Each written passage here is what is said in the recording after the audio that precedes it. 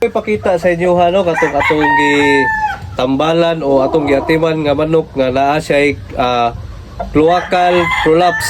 So sa sayon nga term ana katong mura siya nabusbos ang lubot kay katong soft tissue niya ning gahi mura siya gihubag.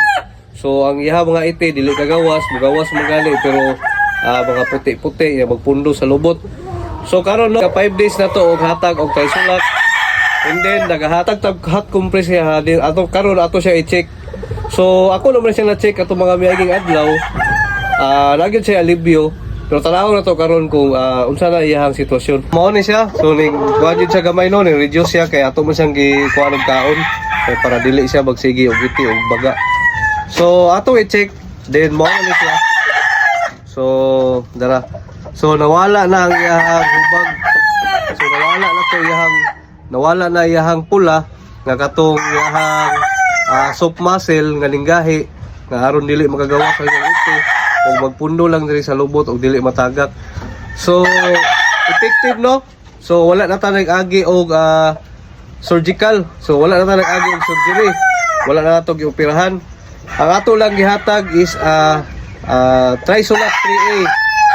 Trisulak 3A ng LDI og hot compress via Asper Doc Mike. Asper Doc Mike no. Mao to yang itudlo sa tuwa. So Doc Mike epektibo kayo. So ana lang yun no. Kaling atong pagmanok dili ni siya ingon nga hawd na kayo ta. So kung naa tayo mga wala na sabti, wala ta kahibalo, wala tay knowledge about sa unsa man nga mga matang sa sakit, ayaw mo og kaulaw pangutana sa mga naay kay balot. So sama sa mga technician, vet o doktor o kinsa pa yung mga breeder nga kabalo kung unsaon ang pagtambal o unsaon pamaagi no.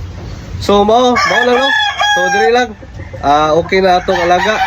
So hatag ta og Trisulak 3A pang last.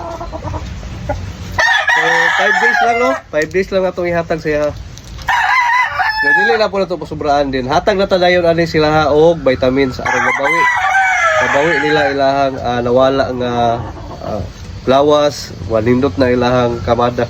So dili lang mga kasikid. God bless.